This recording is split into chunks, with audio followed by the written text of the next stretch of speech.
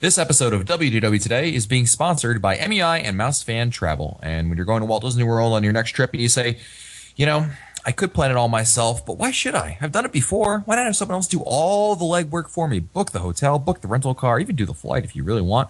Book your reservations for you for those dining reservations. And we all know how pesky those can be. This isn't available. Try for something else. Oh, how about the party of 6? Oh, my party just went to a party of 8.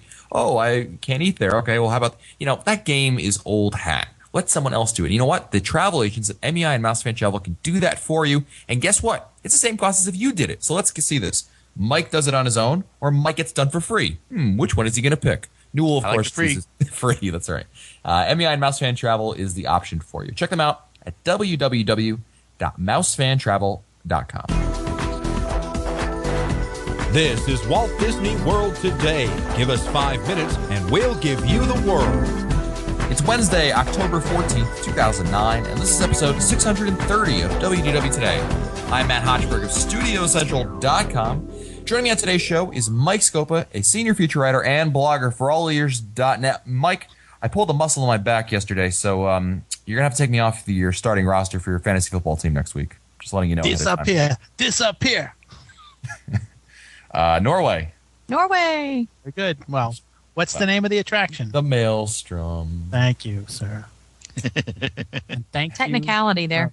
Thank you. Also on today's show is Mike Newell of Mouse World Radio. Hiya, Mike. I almost got the Maelstrom. Almost. Not quick enough. And when you say I almost got the Maelstrom, it sounds like a disease you're going to go. Oh, I almost got the swine flu or the Maelstrom. Yeah, I caught the Maelstrom while I was in, Pittsburgh last week. And once again on today's show is Annette Owens, the manager for customer relations and group services for MEI and Mouse Fan Travel. Welcome back, Annette. Hey, and we all remember the movie so well, Oh, yeah, the film after Maelstrom. The right. film Aftermath. Yeah. I like that film. It's great. The Spirit of Noah. It is great. I think it's cool. I think I saw it recently. Really, Mike? Yeah. But never mind. I'll leave that alone. It's Wednesday, and we're answering listener questions. You know what, Mike? I know you missed a couple shows, Scopa, but I've got a question right up for you here to start things off. Great. From I can sense the enthusiasm. Although Janine probably thinks it's exciting. Anyway, first email's from Brian Dancer of Minneapolis, Minnesota. He wrote, just got my new Scopa Towers t-shirt today, only 3 days before we go to Walt Disney World. My only question now is how many hot babes I'll pick up as a result. I'm fully expecting this guy must know Scopa, so give him the best table treatment wherever I go. I feel like one of those small fish who swim right next to the big shark and eat his scraps. It's so exciting. Scopa, what do you think Brian can expect there? Well, Brian, you may expect that people will come up to you and say, so where are you staying at Pop Century? They'll ask you that. They'll also go up to you, Brian, and they'll say, so how many Dole Whips have you had? And finally, they'll say, so how many times have you had your photo taken with Belle? Very nice. That's what you'll see. Next email comes from Jayco Direwolf at www.today.com and Subsonic. Hoorah! Who writes, hello, Matt, Mike, Len, and the fabulous Annette from Boston. From Boston? You're from Boston? I'm from Boston. Well, that New England accent you have in it. I just hide it so well. Well, she doesn't drink Coke, and she's from the South, so, I mean, that's pretty sacrilege. You may as well be from pop. Boston. She drinks pop. Pop, ugh. I drink what? No, that's not what we call it here. Thank you. I know. That's right.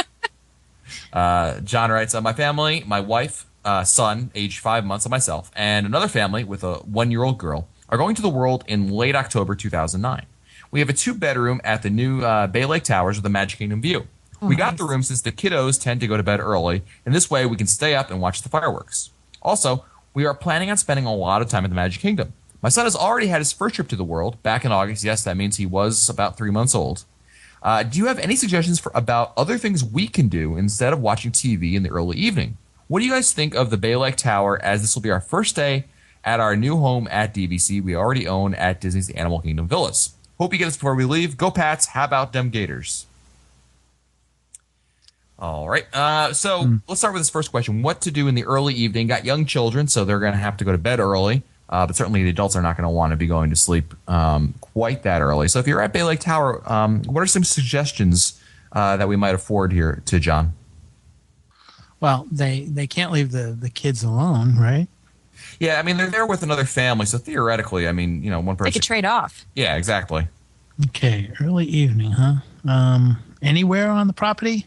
Well, it's up to you, Mike. I mean, whatever you would suggest here for them. I've always said that a lot of people don't realize that, Fantasia Gardens is a nice place to go after a long day at the parks. If you don't want to go into the parks, if you just want to have a quiet night, you may want to go to Fantasia Gardens and do I think it's the Gardens course. It's a nice, quiet getaway, and it's usually good all year round. Maybe January it might be a little cold, but that's always something that I've suggested to people who are thinking about doing something different down there. It's really fun. It's really well themed, and and if you have a annual pass, you get 50% off. So I think it's a good deal. Absolutely, that's a great suggestion. Obviously, John is a DVC member. I hope that you'll be taking advantage of the lounge up at the top over there. And Annette and I had the opportunity to go check that out. And obviously, it's a great perk for a DVC member. So definitely go check out the lounge up there. What's the lounge called again, Annette? Do you remember? Top of the world? Top of the tower? Top of the tower? World? Top of something. Top of the morning. It's an Irish bar. There you go. But it was a great. It's very quiet and relaxed up there because it is only for DVC. Yeah. You can go up there and watch Wishes, so you guys could take turns going up. One night, one go up and see Wishes. They have the music piped in. Yeah. It's something else I guess you could do also is if you don't mind trading off. I guess we're assuming you're going to trade off so you can head out. Yeah. Sometimes people don't like to leave the little ones too far, so they want to stay close by the resort. You can go up to the bar at the Wave and you can order from the menu. So you might not have a dinner reservation, but once you get the kids settled, you could go for a dinner over at the bar. Yeah, I mean, also take advantage of your location. Being at the Contemporary, obviously the Magic Kingdom is why people stay there, but you also want to take advantage of the other resorts that are around you. There's lots to do at the area resorts. I mean, what you might also want to do, John, maybe your kids will be too pooped out from the day at the parks, but maybe you go to the Polynesian, drop them off at the Neverland Club, and that'll give you guys an opportunity to go do something else in the afternoon, in the evening over there. And of course, you're all with. I mean, this to get to the Contemporary, it's just a monorail ride away, which is a nice perk. So I mean, take advantage of the area, not only the monorail resorts, but also Wilderness Lodge and Fort Wilderness. So lots to do around the area. So definitely don't limit yourself by just assuming that you have to stay at the resort. That's one of the benefits of being at a resort that's so connected. Right. Next email is from Mark in St. Louis, who writes, Dear Matt, Mike, Len, and Annette, with the buy 4, get 3 free deal, we decided at the last minute to book a trip to Walt Disney World for soon. Although not exactly the best time of the year for crowd. This is August they were talking about. It's when the kids are out of school and couldn't pass on staying at a deluxe resort for such a discount. I'm traveling with my wife, 13-year-old son, 11-year-old daughter, and a 3-year-old son. We're staying at the Beach Club. Over the last 2 years, we've gone 2 times each for 2 or 3 days. Animal Kingdom has always been our half-day park. We flew Legion, and the way they flew could get tickets for $69 to $89 one way, but they didn't fly daily. Thus, we had to make a different a day where we were only there for 2/3 of one day. Being there for less than a full day at the end created problems because there was never enough time, and we tried to get in as much possible in that short amount of time frame, which drove my wife nuts. This is the main reason I'm emailing. This time, I promised not to go commando style. We're actually staying 9 nights. We came to this decision again because of airfare. Interestingly, on AirTran, Friday to Friday, Sunday to Sunday, or Friday to Sunday airfare for 5 was $900, which we didn't think was that bad from St. Louis nonstop. But to get 7 full days at the parks, we wanted to book Friday to Saturday or Saturday to Sunday, but the airfare went way up, about to $1,650 for 5 people. Good night. As they seemed to penalize travel on Saturday. Cost us more to do 8 nights than 9, so we booked 9. I'm renting a car one day to try to see the Space Shuttle launch that's currently scheduled, but otherwise we're using Magical Express and Disney Transportation. Anyway, here's my question. Given that we're there for 8 full days, I was planning to do the single-day touring plans for the major parks, then wing it for the other days, doing what was missed or what people want to repeat on the other days. Is that a good way to go? I know you have the 2-day plans, but my wife doesn't want to be tied to a schedule.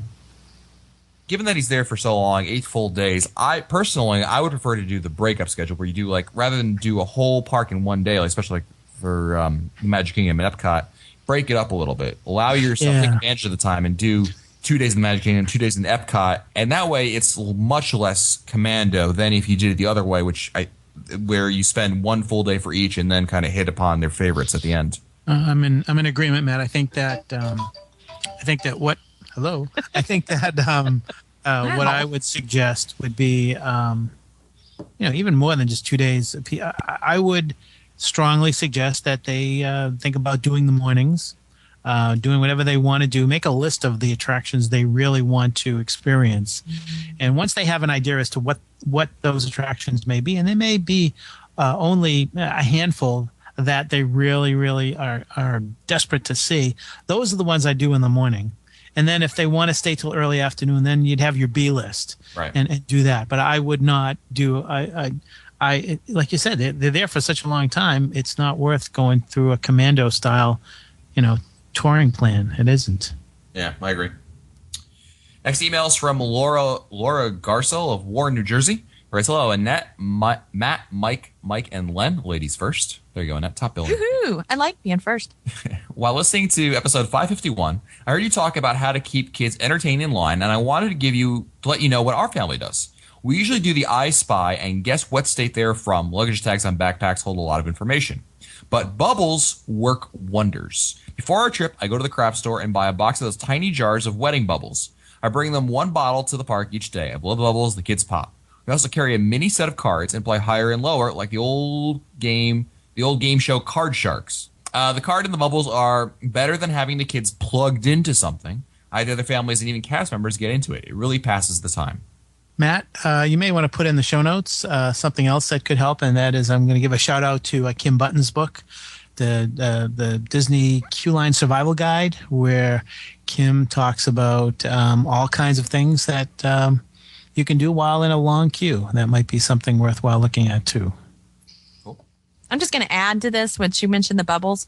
I can tell you that I've been in line with people that have done bubbles. Uh-huh. And, just when you're doing that, just be considerate of everybody around you, because we had one family that decided we needed bubbles in our face the whole time we were in line. So what was entertaining the kids was not so fun for the people behind. So and bubbles in the eye burn.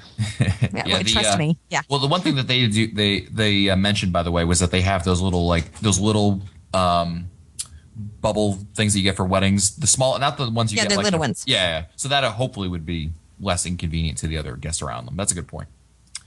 The next email is from Christia, who writes, she actually gave me a pronunciation guide for that, so thank you, Christia. From New Britain, Connecticut. She knows you. I'll be traveling to Walt Disney World soon with my boyfriend with the buy 4 get 3 free deal. While we were there, it'll be my boyfriend's 25th birthday. I've been to Disney many times since I was little, but this is his first trip to Disney and Florida in general. I want to do something really nice for him as a surprise, but I don't know what to do. We already have our dinner reservations: Trails Ends, Hoop-Dee-Doo, Le Cellier, Tudo Italia, Beer Garden, Ohana. Bang. Good night. They got them all. So what would you suggest to do for a special dinner? Money is not necessarily an object, although I prefer on the less expensive side. And I would like it to be a surprise, whether it be something in the parks or at our resort. We are staying at All-Star Music. What would you do? Thanks in advance for your help, and I appreciate all the time you put into this wonderful podcast to help others like me. So she wants a dinner, huh? Special dinner. I mean, you could try. I don't. Did she mention Chico's? No. But I was thinking something else actually. And I was thinking more like Whispering Canyon, maybe. I know maybe it's not okay. Clearly not Annette's alley. No, I mean, just Chico's, Whispering Canyon, totally different. Yeah, obviously. Yeah, very, very different. But I thought the fun factor of it might. I mean, they are going to Hoop-Dee-Doo, so that's kind of that. Whispering Canyon would be good. Prime time would be good. If the birthday doesn't. I mean, if the birthday falls on Hoop-Dee-Doo night, that would be fun too. Yeah, just the key is if you do go to either Whispering Canyon or Primetime, as Scopa suggested, don't tell him anything that goes on over there. Just tell him it's just another restaurant. You know what I mean? I mean, that way he won't know the jokes basically that are going to go on. Well, then set him up if you're going to go. At least set him up. Put him in the Universal shirt. Yeah, tell him to ask for a large Coke because this restaurant is notorious for giving really small ones. Next email is from Melissa Stolaz of Spring, Texas, who writes, you don't usually ever see Disney fail to milk a franchise for all it's worth. Stitch, hello. But as the mom of a 5-year-old princess and a 3-year-old raving Cars fan, it really seems like they are missing a huge opportunity to work some more Cars mania into the parks. I know Cars was a bit of a box office disappointment, but the film has one of the highest fan bases in Disney history and has also broken marketing records for Disney. We did not see the film in theaters. Our son was not born yet. But if there was a sequel, I swear we would be there opening day, and I'm surrounded by other moms of small children who say the same. There is actually a sequel coming out. There is nothing having to do with this in the film in the world, except for meeting Mater and McQueen at Disney's Hollywood Studios. I can't believe Disney hasn't converted the Tomorrowland Speedway into a Cars race or something. That would be relatively easy to do, and it would involve swapping out the current cars for Cars characters. Do you guys have any insight into why this is? We're taking our first trip to the world soon, and we'll be fairly immersed in princesses, but sure wish we had more McQueen opportunities. Come on, Disney. Thanks for the show. It's been invaluable planning, and the Unofficial Guide has literally helped us plan the entire trip. Well, in the past, there has been obvious attraction creation based on merchandising success. I think The Lion King is one. I think Stitch's Great Escape. Stitch was selling a lot of merchandise, and that's why Stitch's Great Escape, I believe, was put into play. I really have not seen much in the way of Cars being that successful, and I think that if it were, we probably would have seen something by now. So. Well, you got to keep. I mean, as she had mentioned, I mean, the movie did not do very well in the box office, but for little boys, I mean, it's really, she's absolutely right. It's been doing amazing in terms of merchandise. I mean, boys have just love the Cars franchise, which is what's really breathed any kind of life into it, considering the film really didn't do that well. They are, I mean, to give them credit, I mean, Disney is doing, they're doing the whole, not the Saratoga racers, the Radiator Springs racers in Disney's California Adventure.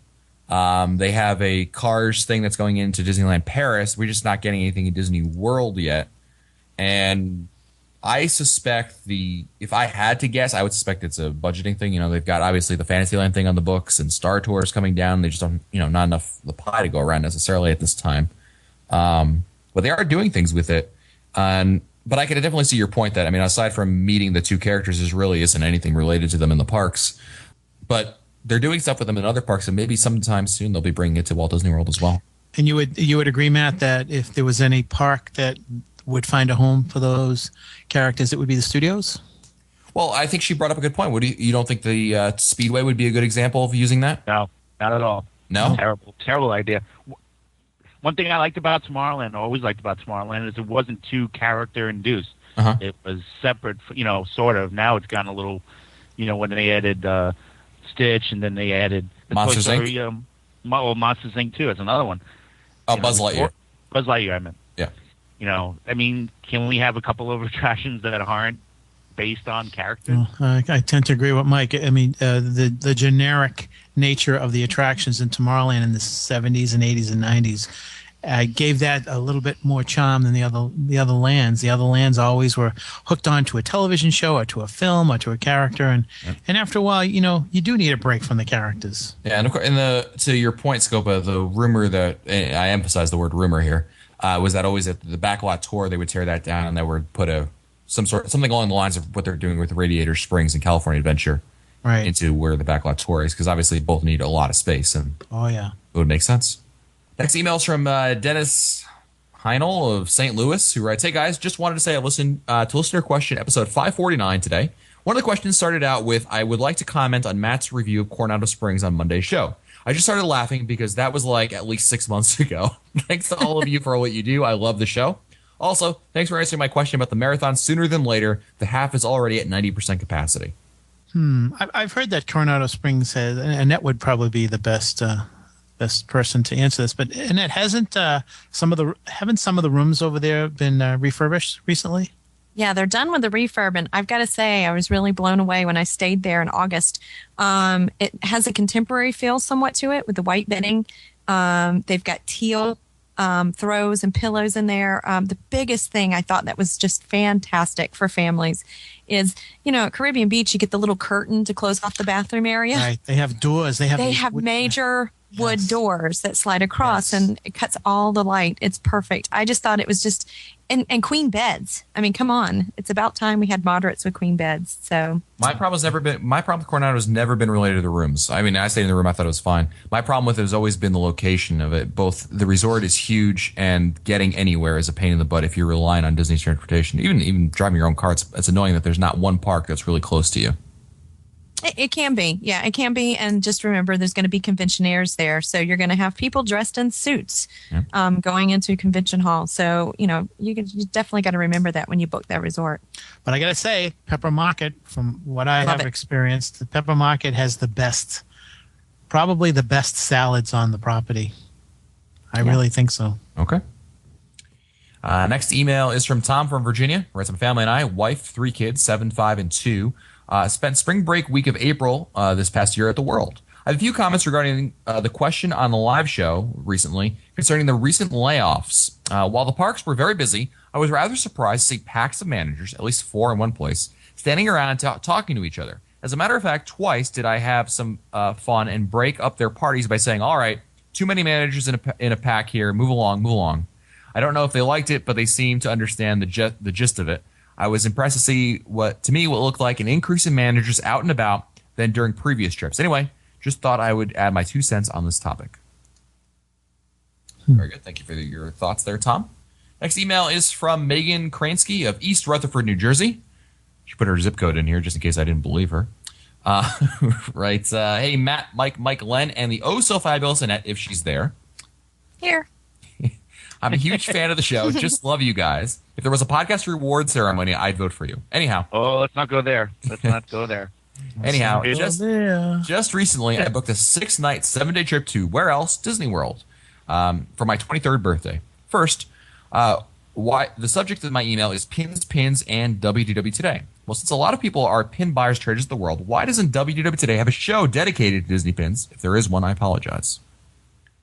I don't think any of us I was going to say, none of us really collect. Yeah. That's probably the problem. Yeah, we don't have collect pins. Them. Yeah, I'm glad I don't like pins because it's a very expensive hobby to keep. Yeah.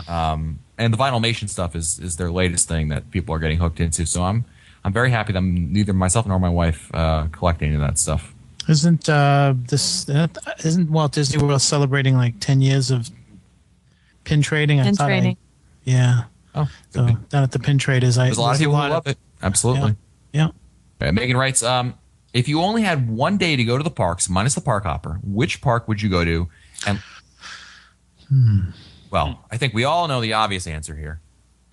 Not the studios. Oh, for sure the studios. Not Animal Kingdom. Well, yeah, definitely not Animal Kingdom. That's all right, so we're down. Well, I like the studios. Newell, what's your pick? Wow. Epcot #1 with the Magic Kingdom very close second. Scopa? Wow. It's been really interesting the last couple of years. I think that Epcot I think it barely edges out Magic Kingdom, just barely, and I think that Illuminations does it for me. And last but not least, Megan wants to know, Typhoon Lagoon or Blizzard Beach? What about Annette? What about Annette? Oh, I'm sorry, Annette. Yes. Annette has no opinion, I thought he was saying last but not least Annette. We're going on to the next question because Annette doesn't matter. Annette, what is your pick? Well, I was going to say it depends on my mood. There's some times where if I only have one day to go, I need the magic of the Magic Kingdom. I need to get in there and get that fantasy land going and, but then Epcot has just become my new favorite. So it's really close on both of those. I think it also depends upon the time of year. I mean, I think it's a no-brainer that this month it would be Epcot. Yes. But at Christmas time, it would be Magic Kingdom for me. Yeah, it would for me too. Yeah. Osborne Lights. No. Feel free, Matt. Lights of Winter. Yeah. And else, Megan wants to know, Typhoon Lagoon or Blizzard Beach? I like Blizzard Beach better. I'm going to go on a jump before you don't ask me. I disagree with you. I prefer Typhoon Lagoon. The wave pool does it for me. That's the major. The wave pool and their big slide, obviously, is the Crush and Gusher, which does a whole lot more for me than Summit Plummet. Yeah, I think I'm going to go with Matt on that. I'm going to go with Typhoon Lagoon, too. Scopa? Yes, Typhoon Lagoon. All right. Enjoy those wedgies in it. I'm not much into the shark pool. Y'all go swim with the sharks. Oh, Have no. fun. Wedgies. Wedgies. whole new site, huh? Next email is from Jeff, who's 34 years old and lives in Northern California. He writes, I'm happily married and have 6 children, ranging in ages from 13 through 1. Wow. I'm the family planner when it comes to all things Disney. We're avid fans of Disney, traveling by car the almost 400 miles to Disneyland 5 to 6 times a year. Before I was married, I traveled to Walt Disney World and really loved it. Epcot's my favorite. Try to plan out a good, not too overly expensive trip to the world. Dates to be determined. Perfect for our show. I have read and reread the official guide, but not the unofficial guide yet, and I'm hard pressed to find good prices for our entire family. It seems I'll have to split our party into 2 rooms. I was wondering if there is a way to keep all of us together in a single room or suite. What are the benefits of getting the dining plans? It seems that listening to you all, the dining plan will not allow us to get whatever we want from the menu, but give us pre-selected items. I might be an oddball, but I love the sci-fi and Cinderella's Royal Table. What do you all recommend for large families and why? Well, first thing I think is that we all should chip in and buy Jeff a television, because at age 34 he has 6 children already. So I think we need to buy them a television. So I think we'll watch television at night. Go ahead, Matt. Thanks for the input. Jeff says Now- he's a now family respond. planner. Yeah. I was going to say, if they want to be all together, I really, really like the idea, Jeff, of an all-star vacation home. I really think vacation homes, I think, are really I really think if there's one group of people that it really is best for, it's for people that grow in large groups. And in your case, you've got a large family over there that you're going with. 6 children plus you and your wife, so that's 8 people. Really, if you look at the cost and you look at what you're going to get, obviously I don't know if you're driving, but I really think it's going to be worth your time and money over there. So I would really think that's going to be your best option, especially since staying in one room, so to speak, one unit is important to you. That's why I really lean towards that. Regarding the dining plan, we've talked about it many, many, many, many times, Jeff, and I'm sure you've listened to many of the shows, but I really think, obviously, if you're staying offsite, you can't get the dining plan, so that'll take that out of the equation. Right. But Annette, what are your thoughts on the dining plan for a large group with a lot of kids also? Well, for dining, it's gonna be hard to get dining reservations depending on the exact number you've got. It can be difficult. So I think it still goes with what we've said in the past, to see if you can get those dining reservations, and then that dining plan will make sense for you. Yeah, if you can't get some good restaurants. Yeah, if you're all going to China 6 days of your trip, that might not work. Yeah, the other thing is, I would say think buffets when you're going with large families, because that gives everybody good variety. Yeah. Little bit of movement gives the kids a little bit of space to move around, get up a little bit to your dining time. Doesn't seem as long as it is sit down table service meal. And of course, the other issue, Jeff, is that because you're going with a group of 8, it's going to be more difficult for you to get a reservation at some of the more popular restaurants, because availability for large groups is going to be significantly less. And while I wholeheartedly agree with what you said, Annette, about buffets, I think you also have to keep in mind that when you're talking about buffets, the dining plan isn't the best value for those. Oh, yeah. Yeah, when I was saying that, I wasn't necessarily thinking the dining plan, because you're going to end up probably getting buffets with the party of 8. Yeah, so you might be better off paying with some greenbacks there.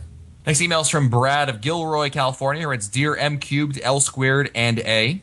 Are there any blogs or discussion boards that any of you routinely post to? Also, what blogs and boards do you routinely read? It's a good question. In terms of sites that I know that when I check out what's new on All Ears in the morning. I check out I like the Disney blog, thedisneyblog.com that John Frost does. It's, again, that's more information. Disney World, also Disney in general. Stitch Kingdom is good. WW Magic. These are all sites that I checked, to keep up to date on the current information there. Newell? I read what you read. I read the Disney Sean blog. I read that. Yes, Sean's blog. I guess I'm remiss to not Right. that one. Yeah, but I stopped really going to a lot of those. There's too many rumors, too many arguments and debates, and it's not as much fun as it used to be. Yeah. Scopa, are there any other sites that you go to for information? Well, Len, if you're listening, I go to touringplans.com and I read Len Testa's blog, because Len Testa has accurate information and Len always has entertaining blogs. So I go to Len's site and I post 2 blogs. I do a running blog and I do a View from Scopa Towers blog on All Ears, although I haven't been doing it as often as I should. But those are the only I read only Len's. I just don't have the time to read them all. And like Mike, I don't have time for the message boards. I think there's a lot of stuff that goes on in the message boards that you have to take with a grain of salt. You don't know if it's true. Well, First of all, you're a suck up to Len. I'll Yeah, mention really. that. It's But really good. Are y'all not reading it? Because it really is good. Yeah, And Len does comics- post good stuff there, but he was sucking up to Len. But what about you, Annette? Any sites there that we missed that you routinely check for keeping up on information? Well, I'm right along with you guys. I'm over at All Ears a lot. I'm checking out touringplans.com. I also Again- I know for you DVC people at dvcnews.com. Right. I was going to say DVC News. So Very good. Well, it's time for our last email of the day, and that means I will give pick 3 emails from our email bag here, and I'll give them to Mr. Newell, and he will choose one of them. One will be read today. The other 2 go back into the email queue for a later time. Are you ready, Mr. Mike? Choose wisely. All right. Let me see what I can find here. We'll pick some emails here that have been sitting in purgatory for a little bit. For your first email, your first option is only read if Kelly from Savannah doesn't call into the May Live show. Don't know Well, if she did or not. I don't know if she did. does Well, anybody that's an remember? option. It's October already. My goodness. Oh, the troubles of being from Canada, or what's the last one that I want to read here? We'll go with maybe it's the caffeine. So let me reiterate here. You got only read if Kelly from Savannah doesn't call into the May Live show. Oh, the troubles of being from Canada, or maybe it's the caffeine. I'm interested in the troubles of our Canadian friends. Ooh, going north of the border here. All right. Yeah. Our last email today. Our last email today is from Craig Cudmore of Ottawa, Ontario, Canada, who writes, "How's it going, eh?" Hello, Governor. Hello. My family and I spent 11 wonderful days at Disney in April, staying at the Beach Club, and ran into a few hiccups being from Canada. I was wondering if you might be able to assist us with some answers that may help us in planning future trips. I usually just hold my breath and breathe into a paper bag. That usually takes care of the hiccups. There you go. Nothing? Nothing? All I do is look at my bill. Before we left, we tried to do our online check-in at the room, but were continuously told there were problems. I called the help number a number of times, and each time we were given a different reason why we couldn't check in. The last reason we were given is that the online check-ins can only be done for reservations from the United States. Does anyone know if this is the case? That is very true. Okay, so they At can't. least it was. They're still trying to work on that, but yeah, for right now. I just don't know if the online check-in is really working. Me either. Craig writes, then on our return, we tried to check our luggage at the resort desk for our return flight. When we arrived at the Magical Express desk on our trip down, we were told that our return flight made us eligible for the service. However, when we tried to check our bags at the hotel, they were unsure whether we could check our bags or not. In the end, we took them with us since we didn't want to risk a problem with them. Annette, do you know that for Magical Express, if Canadians can check their luggage? Normally they can. It depends on the airlines you're using. So, and I know, Southwest is at a couple of the resorts, not all the resorts. There are a couple airlines that are trying the service. So I don't know if maybe that's what the problem was. I'm not sure. I know that the master statistician himself, Fred Hazelton, from the Unofficial Guide, he lives in Canada, but what he likes to do is actually he drives across the border like Syracuse, and he takes flights from over there because it's cheaper. And there's obviously less Easier. hassle when you're doing Right. domestic flights over here. I was going to say, is that a customs thing or is that just an airline thing? For the check-in, I think, Annette, you said it was an airline thing, right? I think it's an airline thing. Okay. My final question is about the international pavilions at Epcot, including the Canada Pavilion. Do you know how much involvement the governments of each of these countries has with these pavilions? Do they provide some of the funding to enhance tourism, or are they solely run by Disney? I know the cast members are from the countries, but wondered about the planning and management of them. I love Yo Canada movie, but thought the rest of the pavilion was lacking. Choice of goods for sale was very unimaginative, of course, with the exception of the maple syrup, and the queuing area for the movie could have really been spruced up.